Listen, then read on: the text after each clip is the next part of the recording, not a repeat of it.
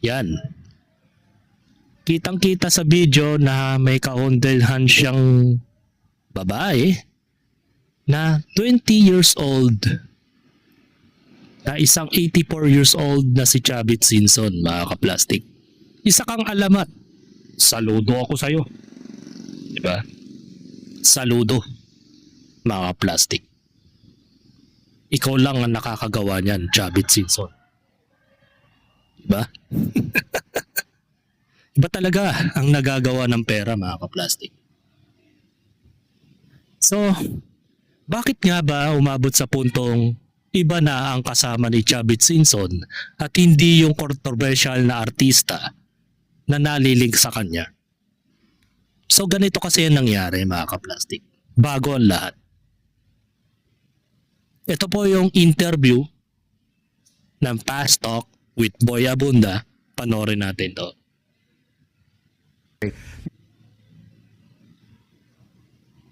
Meron ka bang relasyon, am I right, Ards? Meron ka bang relasyon kay Jillian Ward? To which Manong Chavit Singson said, marites yun. He denied it. He denied it. So my question to you is, kilala mo? I mean, si Manong Chavit, have you met him? May mga interactions ba kayo? Engagements with you and your endorsements or your family? What is your side of the story? Tito Boy, ito na po yung first and last time na speak about this. Pero never ko po siya nakilala, never ko po siya na-meet, never ko siya nakausap, never po kami nagkita.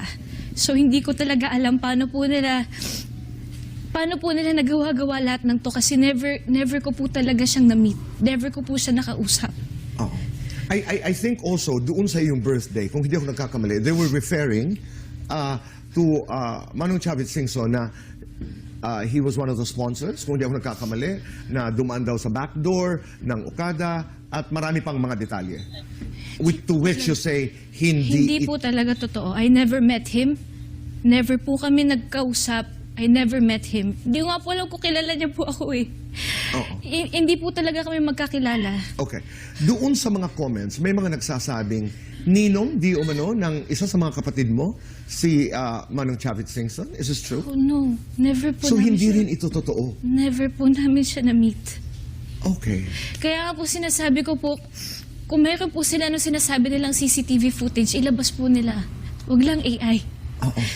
Hindi po I talaga understand totoo. the AI thing kasi pwedeng magmukhang totoo. Pero